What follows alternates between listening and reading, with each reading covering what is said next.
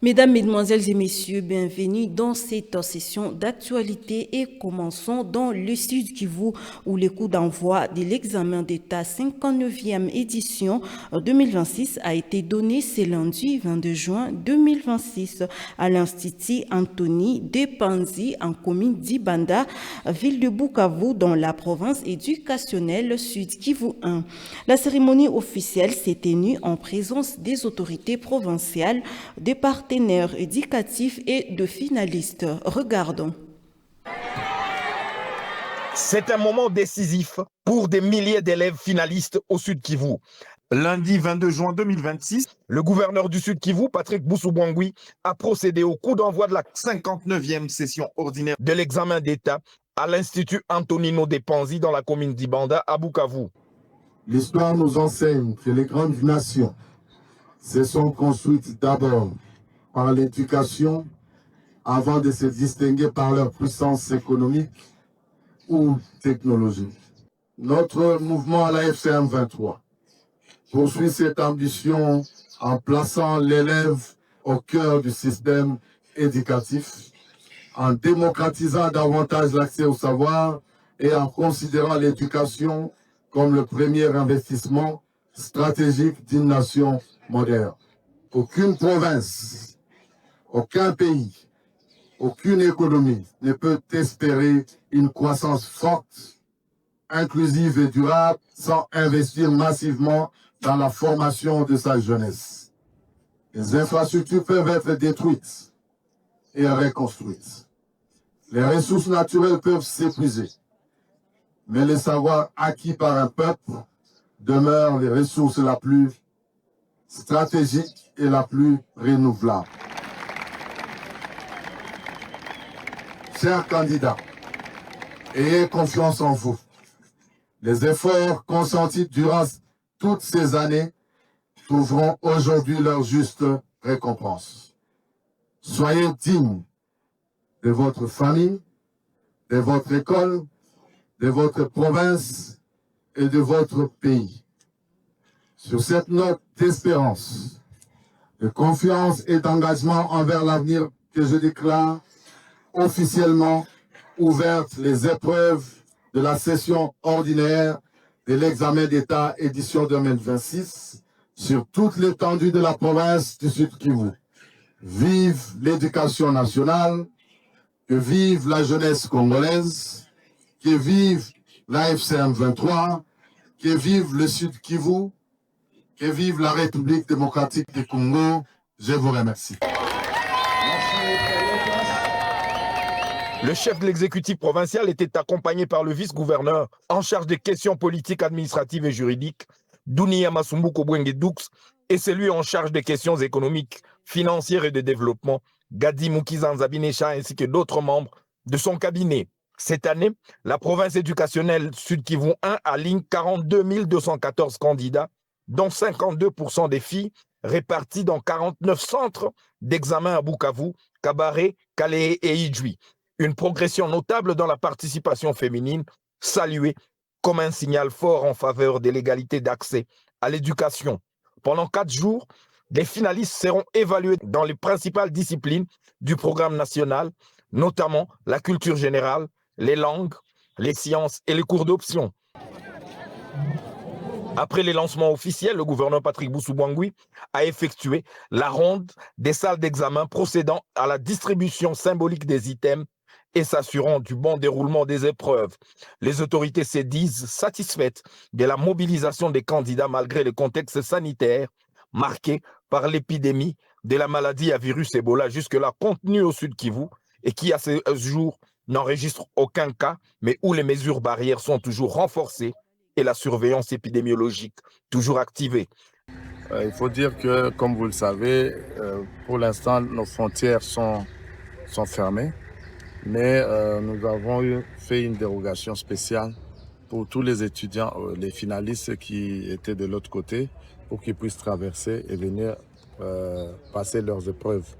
Je vous informe que la frontière a été spécialement ouverte pour eux et ça sera aujourd'hui, demain et après-demain, je pense. Et les restes, les élèves vont retourner sans aucun problème. un signal fort de résilience pour le système éducatif provincial, déterminé à garantir la continuité et la qualité de l'enseignement en toutes circonstances.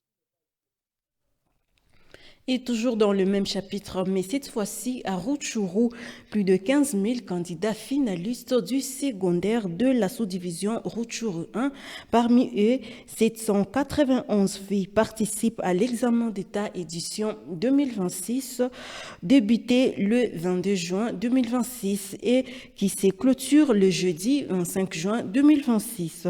Tandis que la sous-division de Rutshuru 5 enregistre quant à elle 312 candidats finalistes, parmi eux 116 filles. Le lancement officiel de ces épreuves certificatives de l'ex-État édition 2026 a été fait par l'administrateur du territoire de Rutshuru, Ephrem Kabasha à Kiwanja. Une occasion pour l'autorité territoriale à encourager le candidat finaliste en les appelant à aborder les examens dans la sérénité, la discipline et la confiance en leur capacité en évitant toute forme de tricherie. Suivant l'AT de Rutshuru, Ephrem Kabasha. Vous savez, nous traversons des moments plus particuliers où malgré les difficultés que rencontrent les parents se promonent jours et nuits pour essayer un peu d'encadrer ces élèves que nous voyons devant nous. Je sais aussi que les enseignants passent des moments difficiles, mais grâce à Dieu, nous arrivons à ce moment le plus précis où l'espoir de Rutshuru à cette heure se trouve dans ces élèves devant nous. Chers élèves, je suis venu ici moi-même pour se rassurer d'abord que l'examen d'État se passera dans de bonnes conditions. L'examen d'État va se passer dans de meilleures conditions. Les sous-préfets de l'a bien dit, nous sommes dans une période très difficile avec la maladie à virus d'Ebola qui secoue la partie du nord de la province du Nord-Kivu et c'est la partie voisine. J'appelle les intervenants à respecter très sérieusement les mesures pour qu'on n'arrive pas à tomber dans ce piège de cette maladie. Et en ma qualité d'administrateur du territoire, représentant du gouverneur, je déclare ouvert la session ordinaire de l'examen d'État et j'en profite l'occasion aussi pour souhaiter bonne chance à nos élèves du territoire de Rutshuru. J'ose croire que nous allons obtenir un score de 80 voire 90%, pourquoi pas 100%. Sinon, courage et bonne chance, que Dieu vous bénisse. Et puis désormais, les chauffeurs de véhicules en provenance de Butembo, de Beni ainsi que de la province de l'Ituri interdits d'accéder dans les zones libérées par l'AFC M23 afin de limiter la propagation de la maladie à virus Ebola.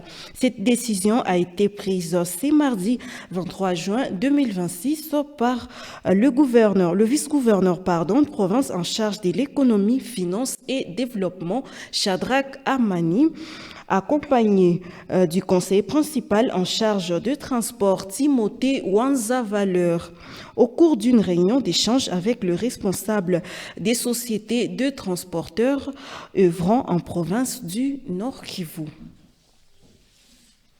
Et lutte contre le choléra au quartier Mugunga en commune de Karisimbi. Le chef du dit quartier, Claude Nzoloko, insiste sur le maintien de l'hygiène par la construction de latrines appropriées. C'était au cours d'une séance de sensibilisation animée ce week-end à l'intention de la population. Il met en garde tous les récalcitrants qui ne vont pas se conformer à ces mesures d'hygiène.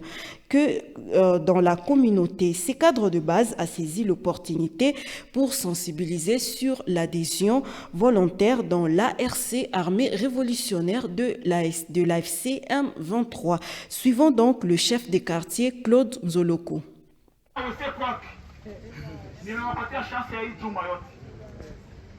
Mwenye hana wese unapangisha wapangai 6 watano mpango yako.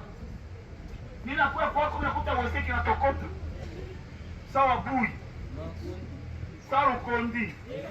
Ndakukamata, mimi nakukuya hapa, jimata ni sadano wekewe mkontinere hapa. Kutoka hapa uko na amande ya 100,000 francs na unatengeneza ile rose hapo. Hivi tu mimi nabisema vile hakuna tena muzao.